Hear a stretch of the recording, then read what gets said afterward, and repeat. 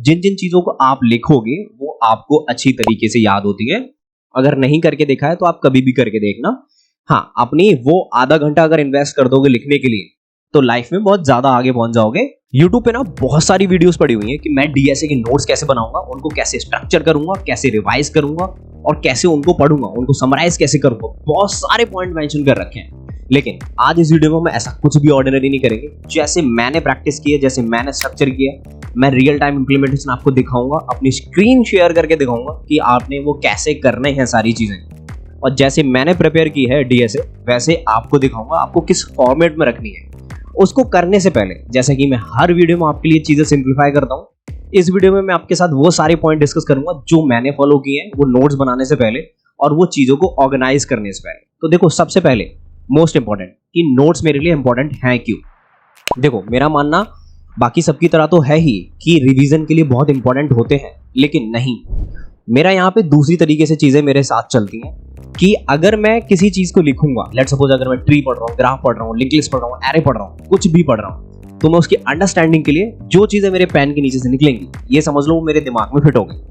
तो ये हर किसी के साथ होता है। जिन जिन चीजों को आप लिखोगे वो आपको अच्छी तरीके से याद होती है। अगर नहीं करके देखा है तो आप कभी भी करके देखना। हाँ, अपनी वो आधा घंटा अगर इन्वेस्ट कर दोगे लिखने के लिए तो लाइफ में बहुत ज्यादा आगे पहुंच जाओगे। आपको वो चीजें हमेशा याद रहेंगी। आप कभी भी देखना, लिख के पढ़ोगे वो चीजें हमेशा याद रहेंगी। अब ये तो बात रही नोट्स मेरे लिए क्यों इंपॉर्टेंट है। अब किस वे में स्टोर करने हैं मुझे, तो यहाँ पे दो चीजें आ जाती हैं किस वे में मुझे बनाने हैं। एक आप किसी बुक से पढ़ रहे हो और एक आप किसी वीडियो से पढ़ रहे हो। तो पहले एक मैं स्ट्रक्चर दे देता हूं आपको कि बनाओगे कैसे, नोट्स का एक स्ट्रक्चर कैसे होगा। देखो, हमेशा हम क्या करेंगे, हमारे दो कैटेगराइज में हमारे नोट्स डिवाइड होंगे। पहला कि मैं कंसेप्ट पढ़ रहा हूं, दूसरा मैं प्रैक्टिस कर रहा हूं। तो यहाँ पे जब मैं कंसेप्ट पढ़ूंगा किसी चीजों का, अगर मैं बुक से पढ़ रहा हूं, मैं वीडियो से पढ़ रहा हूं, तो साइड बाय साइड मैं बुक भी पढ़ूंगा या मैं वीडियो भी देखूंगा, राइट। अब इसमें से आपको एक पाथ चूज करना होगा। हो सकता है आप मेरी तरह हो, आप दोनों पढ़ते हो, बुक से भी और वीडियो से भी। आप किसी ने कोर्स ले रखा होगा, किसी ने कुछ ले रहा। जब मैंने पढ़ा था तो ये सारे कोर्सेज अवेलेबल नहीं थे, मैंने बुक से पढ़ा था मोस्टली और कुछ वीडियो से पढ़ा था। चलो, अब मुझे ये दोनों में एक कंक्लूजन करके बताता हूं कि दोनों अगर आपको देखनी हो, वीडियोस और आपको बुक्स, तो आप कैसे करोगे। चलो जी, अब देखो, आपने कॉपी पेन ले लेना है, एक नोटबुक ले लेनी है, एक बढ़िया सी बड़ी सी नोटबुक ले लेना, ताकि आप दोबारा से एक नई नोटबुक ना लो। मतलब एक फेयर बनानी है आपने। पहले मैंने एरे लिख लिया। अगर मैं कंसेप्ट हो रहा हूँ किस चीजों का कि 1D एरे क्या होता है, 2D एरे क्या होता है, एरेज ऑफ एरे क्या होता है, इसको बहुत अच्छे से लिखना है आपने। हो सकता है जिस फॉर्म में बुक में लिख रहा हो, आपकी अगर खुद की कुछ अंडरस्टैंडिंग है वो भी आपने उसमें लिख देनी है। अब मान लो कि उसका 6-7 पेजेस हो गए एक बुक के, ठीक है, मतलब एक आपने जो टॉपिक पढ़ा है उसके 6-7 पेजेस आपने लिख दिए। अब बारी आती है प्रैक्टिकल इंप्लीमेंटेशन की। तो आपसे जो भी आप पढ़ोगे उसका कोड आपसे पहली बार में नहीं बनेगा, ये तय है। आपने क्या करना है, प्रैक्टिस करनी है और हमेशा स्मॉल से लेके हार्ड तक प्रैक्टिस करनी है। अब प्रैक्टिस किस फॉर्म में करनी है वो डिपेंड करता है। कैसे? अब आप कहोगे अश्विनी ये कैसी बात है कि प्रैक्टिस किस फॉर्म में करनी है। देखो, एक तो है कि आप डायरेक्टली इंटेलिजे पे चले जाओ, आप डायरेक्टली नोटपैड पे चले जाओ और वहां जाके कोड कर दो और आप किसी एक वीडियो को देख लो और वो चल जाएगा, ठीक है। दूसरा है कि मैं चाहता हूं, जैसे मैंने एक टीचर से पढ़ा था, like she is having 20 to 25 year of experience. वहां से मैंने ये चीजें सीखी हैं कि आप जैसे एरे का एक प्रॉब्लम ले लिया आपने कि एक एलिमेंट सर्च करना है। हम एक बेसिक सी लीनियर सर्च की बात कर लेते हैं कि मुझे एक लीनियर सर्च में एक एलिमेंट सर्च करना है, मुझे उस एल्गोरिथम के थ्रू। आप कैसे करोगे, 1 by 1 एक एलिमेंट फाइंड करोगे उसमें ऑर्डर ऑफ n तक, जहां पे मिल जाएगा आप रुक जाओगे। अब ये कैसे करोगे आप, ये मेरे को एल्गोरिथम पता है इसलिए मेरे दिमाग में हिट हो रही है, मुझे पता है क्योंकि मैंने बहुत बार कर लिया। अगर आप पहली बार डीएसए कर रहे होगे, दूसरी तीसरी बार कर रहे हो किसी एक प्रॉब्लम को, तो आप कैसे करोगे, आप इस चीज को ड्राई रन करो। अब ड्राई रन का मतलब अगर आपको नहीं पता है तो मैं बता देता हूं। एक क्वेश्चन लिया, अब जितनी बार मेरी इटरेशन होगी i = 0, उसमें मेरा क्या आउटपुट बनेगा और कैसे इनपुट बनेगा। i = 2, i = 1, जितनी बार मेरा इनपुट और मेरा क्या आउटपुट बन रहा होगा, तो जो मेरा i = 2 में आउटपुट बनेगा वो डेफिनेटली मेरा i = 3 के लिए इनपुट होगा। ऐसे ही मुझे ड्राई रन करके देखना है। ऐसे ही आपको हेल्प मिलेगी जब आप एक इंटेलिजे में करोगे, आप कोड को डीबग कर रहे हो। तो ये आप अपने पेन पेपर पे डीबग कर रहे हो, ये आपको अपने पेन पेपर पे ड्राई रन करना है, डीबग करना है। तो ये तो बात रही कि मैं प्रैक्टिस कर रहा हूं। अब मैंने ये क्यों कहा कि आप कंसेप्चुअल चीजें कर रहे होगे, तब 6-7 पेज आप भर चुके होगे एक चीज को लेके। जैसे आपने ग्राफ पढ़ा तो ग्राफ के बारे में लिख दिया, या एरे पढ़ा तो एरे के बारे में लिख दिया, ताकि अब नेक्स्ट टाइम पढ़ो तो आपको पता हो कि एरे क्या होता है, कि कैसे होता है, स्टैटिक होता है या फिर ग्रोएबल होता है नेचर में, या बहुत सारी प्रॉपर्टीज होती हैं कि मैं होमोजेनियस डेटा टाइप स्टोर कर सकता हूं। ये सारी आपने लिख दी, आपको कंसेप्ट पता चल गया। अब आप जब प्रॉब्लम सॉल्व कर रहे होगे तो उसमें कुछ ना कुछ चीजें नहीं आएंगी। कैसे आएंगी?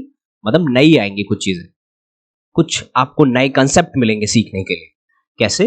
कि जैसे आप पेयर ऑफ एलिमेंट सॉल्व करोगे कि एक पेयर है, उसको मुझे रिवर्स करना है, ओके की वैल्यू दे रखी है, 3 का पेयर करना है, आपको इसमें एक नई एल्गोरिथम पता चलेगी।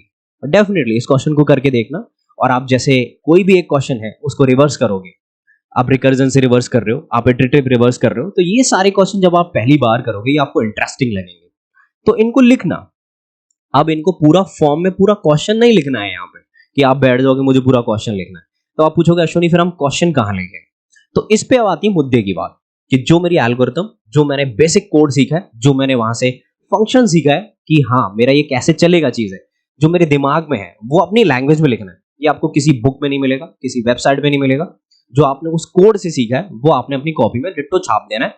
जब आप नेक्स्ट टाइम उस क्वेश्चन को करोगे और आपसे नहीं बनेगा तो उसको उठा के देखना, आपको पता चल जाएगा ये क्वेश्चन कैसी एल्गोरिथम से सॉल्व हो रहा है। जरूरी नहीं है कि स्टेप वन सूडो कोड लिखो, जो आपको समझ में आ रहा हो 4 लाइन में चुपचाप पटक देना वहां पे।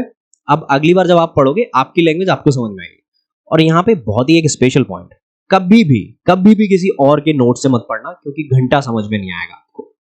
अब बात करते हैं स्ट्रक्चर देने की। जैसे मैंने आपसे बोला कि कोड कैसे लिखेंगे, चलो जी अब बुक से कैसे पढ़ेंगे वो थोड़ी देर में और वीडियो का कंपैरिजन बताता हूं मैं आपको। पहले मैं स्ट्रक्चर देख लेता हूं। अब बात होती है चाहे वो इंटरव्यू प्रिपरेशन की या डीएसए की, मैं आपको अपने दोनों फोल्डर दिखा देता हूं कि हम कैसे करेंगे। चलो देखो, ये मेरा इंटेलिजे है, ठीक है। पहले हम डेटा स्ट्रक्चर की बात कर लेते हैं। तो ये एसआरसी आपको हर जगह मिल जाएगा, ये आप खुद से बना लेना, इंटेलिजे में इक्लिप्स में मिल जाएगा। अब देखो एरे के अंदर मैंने एरे रख रखा है। अब इसके अंदर 2 फोल्डर हैं, 1D एरे और 2D एरे। ऐसे ही मैंने ग्राफ में रख रखा है, ग्राफ में भी कुछ क्वेश्चंस हैं, ठीक है। ये बहुत पुराना फोल्डर है, ठीक है। इसमें कुछ क्वेश्चंस होंगे, कुछ नहीं होंगे, लेकिन मैं हमेशा जब भी प्रिपरेशन करता हूं या रिवाइज करता हूं कुछ क्वेश्चंस को मैं ऐसे ही बना देता हूं, ताकि जब मैं एक इंटरव्यू मेरे पास आएगा किसी कंपनी का तो मैं इन क्वेश्चंस को देख लूंगा और जो नोट्स मैंने प्रिपेयर कर रखे हैं वहां से मेरा रिवाइज हो जाएगा। अब लिंक लिस्ट है, क्यू है, रिकर्जन है। अब रिकर्जन में कुछ क्वेश्चंस है, सर्चिंग है, फिर शॉर्टिंग है, stack and Q and tree, ठीक है। क्यू एंड ट्री, ये सारा मेरा एक डेटा स्ट्रक्चर खत्म हो जाता है।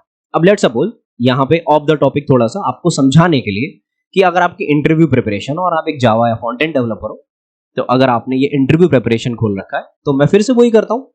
मैं एरे पे गया, मेरे को कुछ क्लोनिंग के क्वेश्चंस करना है, मेरे को कुछ कलेक्शंस के क्वेश्चन करना है। तो कलेक्शन के इतने सारे ये हैश मैप मैंने कर रखा है। क्लोनिंग के करना है तो मैंने शैलो क्लोनिंग और डीप क्लोनिंग जो भी करना है, मेरे को फंक्शनल इंटरफेस के ऊपर क्वेश्चन करने हैं, ये कर रखे हैं। मेरे को लिंक लिस्ट के ऊपर क्वेश्चन करने हैं, मैंने ये कर रखे हैं। मेरे को मल्टी थ्रेडिंग के ऊपर क्वेश्चन करने हैं, मेरे को ये कर रखे हैं। क्यू के ऊपर कर रखे हैं, क्यू ये कर रखा है मैंने। मेरे को शॉर्टिंग करनी है, मैंने ये कर रखा है। स्टैक कर रखा है। स्ट्रीम के ऊपर देखोगे, स्ट्रीम के ऊपर क्वेश्चन कर रखे हैं। ताकि हालांकि बहुत पुराने क्वेश्चन है, लेकिन मैं आपको समझा रहा हूँ कि इस फॉर्मेट में हमेशा तैयारी करता हूँ मैं, ठीक है। अब आपको स्ट्रीम बुक्स, ये बुक से कुछ क्वेश्चन उठाए हुए हैं। अब स्ट्रिंग, ये स्ट्रिंग के ऊपर है। सिस्टम डिजाइन को मैंने 2 पार्ट में डिवाइड कर रखा है कि HLD एंड LLD। अब ये हमेशा मैं बुक से पढ़ने का ट्राई करता हूं। अब देखो आप क्या करोगे, किसी भी वीडियो से पढ़ोगे तभी भी इस प्रकार के नोट्स बनाओगे, और अगर किसी भी एक बुक से पढ़ोगे तभी भी इस प्रकार के नोट्स बनाओगे।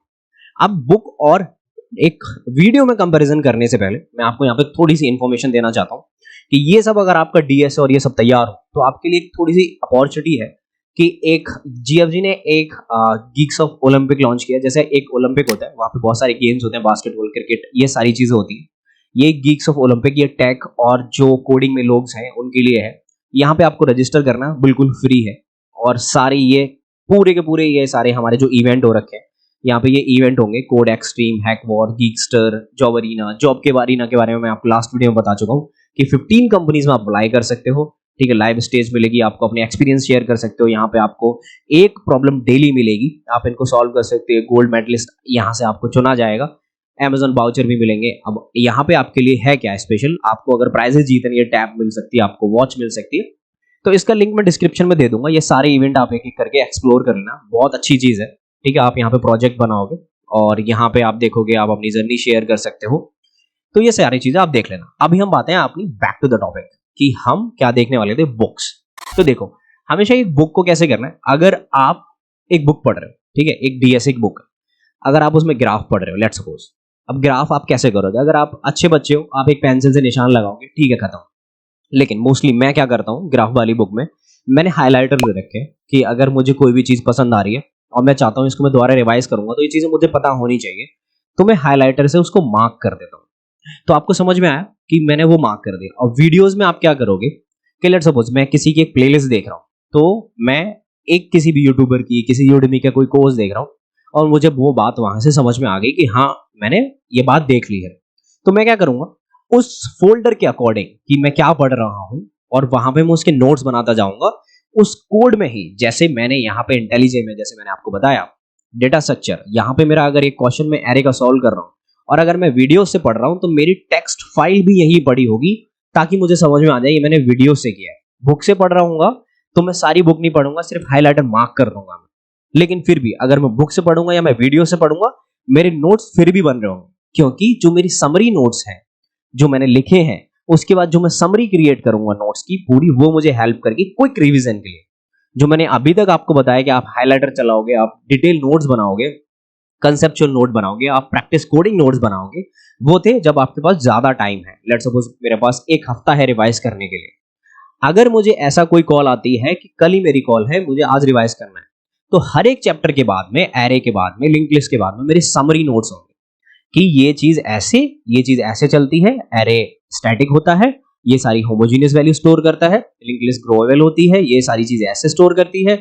और फिर जो मेनली जो एल्गोरिदम्स होती हैं जो मैंने कोडिंग से सीखी हैं, वो मैंने देख रखी होंगी कि हाँ भाई ये ऐसे चल रही हैं, तो वो सारा मेरे का समराइज्ड एक पेज पे लिख दूंगा मैं, तो वहां से मेरा क्विक रिवीजन हो जाएगा।